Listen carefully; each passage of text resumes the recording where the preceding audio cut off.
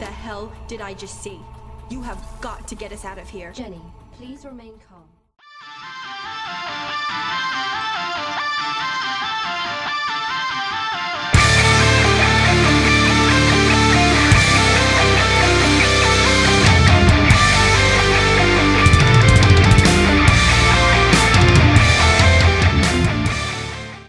So we are talking about Let's Be Evil. This one directed by Martin Owen, a 2016 techno horror thriller movie.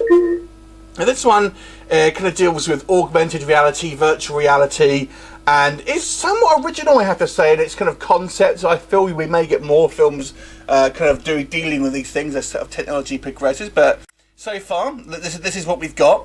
Now the story here basically focuses on a young girl called Jenny, and she is played by Elizabeth Morris, and she is the spit of Sophie Turner from Game of Thrones.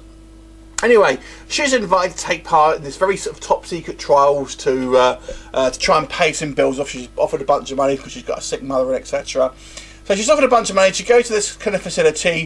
There she kind of meets two other characters basically who appear to be doing the same kind of thing, and there's all these kind of kids that are super geniuses being sort of fed a whole bunch of information, with the idea being that there's kind of, you know, there's going to be no more wasted potential, and all this kind of information is going to be kind of beamed directly into their brains basically. She kind of hits it off with one girl called Cassandra, played by Isabel Allen, who you may know from Les Mis. Anyway, inevitably things start to go wrong, and there's much kind of twists and turns and rug pullings, and characters may not appear to be exactly what they say, who they say they are.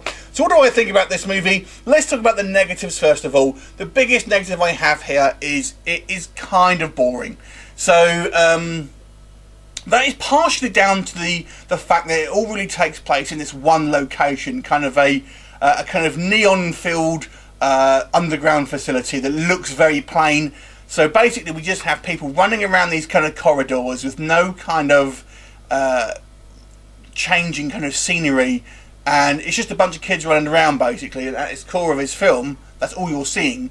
So I found it to be quite visually quite boring, even though there are flourishes with the kind of the computer effects. They're all required to wear these kind of Google glasses type things, so most of the film we actually see from a kind of first person perspective, but I have to say I kind of overall I felt the visuals were on the weaker side because of that. And I have to say I feel this film is a little bit confusing. To be honest with you, it's hard to kind of track what's going on.